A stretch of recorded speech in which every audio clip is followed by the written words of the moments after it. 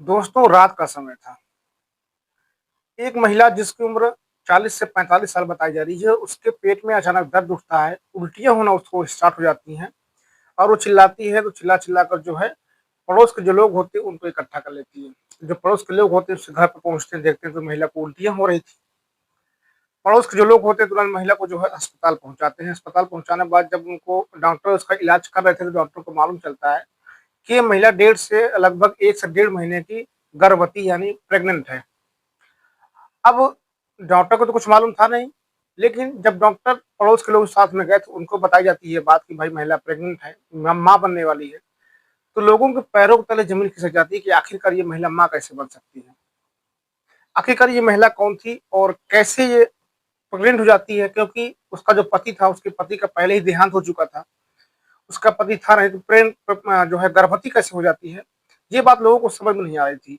हालाँकि जो लोग होते हैं वो चुपचाप रहते हैं, तो कुछ बोलते नहीं हैं, लेकिन जो महिला थी वो अब सर में से पानी-पानी हो रही थी। लोग जो होते हैं महिला को घर पर लाते हैं, जो महिला होती है उस बच्चे को गिराने से मना कर देती है कि मैं इस बच्चे को रखूँ, गिराऊँगी नहीं, घर पर रहना स्टार्ट कर देती है। लेकिन उसके बाद इस केस में जब जो-जो घटनाएँ घटती हैं आगे, जब आप पूरी घटना को सुनेंगे, तो आपके दोस्तों पैरों के तले ज़मीन खिसक जाएगी। आखिरकार इस घटना की शुरुआत कहाँ से हुई थी, पूरी घटना हम विस्तार दोस्तों जानने वाले हैं।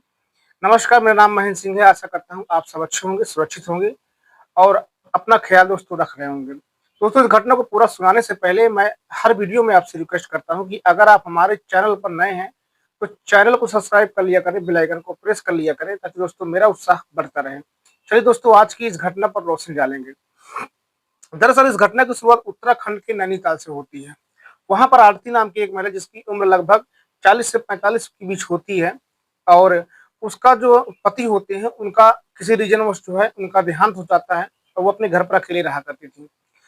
बकरी पालने के वो शौकीन थे और बकरी पालना शौक ही नहीं, उसका खर्च भी बकरियों से चला करता था। बकरी पालती, उनको चराती, बकरियों को बेच देती, उनसे जो पैसे आते उनसे घर का खर्च चलाया करती और बकरियों को जो दूध निकलता उसको भी वो बेचा करती थी। इस प्रकार से आरती का पूरा घर चल रहा था। अब 40 से 45 साल की उम्र में क्या काम कर सकती है वो? अब उधर क्या होता है कि उसके पड़ोस में एक पति-पत्नी रहा करते थे जिनका जिनका एक बेटा था जिसका नाम होता शिवा, उम्र उसकी लगभग 16 से 17 साल की थी। अब आरती के साथ वो कुछ ज़्यादा घुल-मिल जाता है। उसके साथ रहता, उसके घर में खाना खाने के लिए जाता, उसके साथ सो भी जाया करता था, सब कुछ चल रहा था। लेकिन एक दिन ऐसा होता है कि जो आरती होती है, उनकी जो बकरियाँ होती हैं, एक नदी होता है, नाला टाइप का होता है, उसके उस पार चली जाती हैं। आरती जो होती है बकरियों को खोजने के लिए बड़े परेशान थी कि आखिरकार बकरियाँ नाले के उस पार चली गई हैं, इनको वापस कैसे लाया जाए? अब वो शिवा को बोलती है कि देखो, मैं तो चल नहीं पाऊँगी, ये बकरियाँ काफ़ी दूर निकल गई हैं, तुम जाकर बकरियों को जो है ले आओ, इसके बदले में जो तुमको चाहिए मुझे बताओ, मैं तुमको दूँगी। अब आरती को ये नहीं मालूम था कि जो शिवा उससे डिमांड रखने वाला था वो क्या डिमांड थी। उसने बोल तो दिया कि मैं दूँगी, लेकिन शिवा ने कहा ठीक है, आंटी मैं जो है आपकी बकरियों को लेकर आता हूँ, लेकिन मेरी ख्वाहिश आपको पूरी करनी पड़ेगी, जो मैं आपसे माँगूँगा वो आपको देना पड़ेगा, आप वादा करिए। अब अनजान आरती वो क्या शिवा क्या माँगने वाला था, वो उसको वादा कर देती है कि ठीक है, जो तुम माँगोगे तुमको मिल जाएगा। अब शिवा नदी के उस पार जाता है, नाले के उस पार जाता है और बकरियों को जो है वापस लेकर आता है। अब आरती कहती है कि चलो ठीक है, तुमको क्या चाहिए, घर चलो, दुकान से तुम्हें चाहिए खाने-पीने का सामान मैं तुमको दिला दूँगी। लेकिन जो शिवा होता है, वहाँ जंगल में पेड़ होता है खेतों में, वहीं पर बैठकर जो है उससे बातें करता है, कहता है मुझे वो सब चीज़ें नहीं चाहिए, आपको मुझे खुश करना पड़ेगा। मैं आपके साथ संबंध बनाना चाहता हूँ, रिश्ते बनाना चाहता हूँ। आरती जब ये बात सुनती है तो उसके पैरों के तले ज़मीन खिसक जाती है कि आखिरकार 16-17 साल का लड़का है और ये कैसी बातें कर रहा है। आरती कहती है कि नहीं, ये सब चीज़ें नहीं हो सकती हैं, ये गलत है, लोगों को मालूम चल जाएगा तो हमारा यहाँ पर जीना मुश्किल हो जाएगा। तुम्हारे घर वालों को मालूम चलेगा तो जो है हम सबकी नज़रों में गिर जाएँगी, ये सब काम हम नहीं कर सकते हैं। और तुमको ये प्रेरणा दिया किसने? तुमको ये सीख मिली कहाँ से? अब शिव बताता है आरती को कि जो मेरे मम्मी-पापा हैं, वो जो है रात में जब ये संबंध बनाया करते थे, तो मैं जो है उनको छुपकर देखा करता था। वही सब देखते-देखते मुझे इन सब चीज़ों की लत लग जाती है। उधर जो शिवा होता है, उसका पढ़ाई में बिल्कुल मन नहीं लगा करता था। वो स्कूल जाता तो लड़कियों को देखता, मतलब गंदी-गंदी चीज़ों में इन्वॉल्व होता, उसका यही काम ही था। अब जो आरती होती है उसको कुछ समझ में नहीं आता है। अब दोनों बैठकर वहाँ बातें कर रहे होते हैं, हँसी-मज़ाक कर रहे होते हैं। इसी बीच आरती और शिवा के बीच में रिश्ते बन जाते हैं, संबंध बन जाते हैं। जब एक बार संबंध बनता है तो संबंध हमेशा बनना स्टार्ट हो जाता है। अब एक बार जब आरती शिवा संबंध बनाती है तो आरती को जो है उस चीज में मजा आने लगता है, क्योंकि बहुत समय के बाद आरती ने संबंध बनाए थे। अब शिवा को जो है रोज अपने साथ लेकर आती, कभी खेत में, कभी नदी किनारे, कभी कहीं पर, कभी घर पर।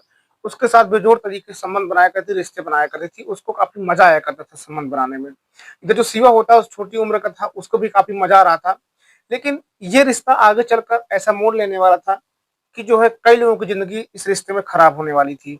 अब होता क्या कि यूं ही समय गुजर रहा था और आरती को मालूम नहीं था कि वो 1.5 महीने की प्रेग्नेंट हो चुकी है शिवा से।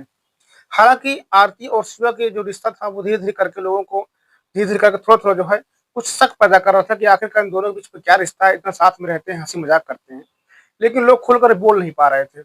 अब आरती का एक रात जो है पेट दर्द होता है, मोहल्ले के जो लोग होते हैं वहां पहुंचते हैं, उससे बातें करते हैं कि आखिरकार क्या बात है। तो शिवा के माता पिता होते हैं, वो आरती को आश्वासन देते हैं, कोई बात नहीं, अस्पताल लेकर चलते हैं और वहां पर जो है आपका इलाज करवाएंगे। जब अस्पताल लेकर पहुंचते हैं तो वहां मालूम चलता है कि जो है आरती माँ बनने वाली है। जब शिवा के घर वालों को और कुछ लोगों को ये बात मालूम चलती है कि आरती माँ बनने वाली है, तो उनके पैरों की तरह जमीन खिसक जाती है। वो सोचते हैं कि आखिरकार इसका तो हस्बैंड ही नहीं है, कब का इसके हस्बैंड की डेथ हो चुकी है, दुनिया में नहीं है, तो आखिरकार ये प्रेग्नेंट कैसे हो गई, इस बच्चे का बाप क्या है। लेकिन लोग पूछते नहीं हैं, शर्म के मायने पूछते हैं कि आखिरकार हम इससे क्या बात करें। अब आरती अपने घर पर आती है, उस बच्चे को जन्म देने की कोशिश करती है कि मैं इस बच्चे को पालूंगी, अपने पास रखूंगी। इसी बीच क्या होता है कि जो आरती होती है कुछ समय के बाद शिवा को फोर्स करने लगती है। वो कहती है कि तुम मुझसे शादी कर लो। शिवा जो होता है उसको मना कर देता है कि भाई मैं शादी नहीं कर पाऊंगा।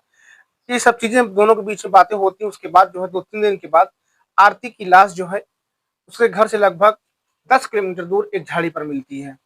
पुलिस जब उस लाश को जो है पोस्टमार्टम के लिए ले जाती है तो मालूम चलता है कि इसको, इसका गला दबाकर इसको मारा गया था।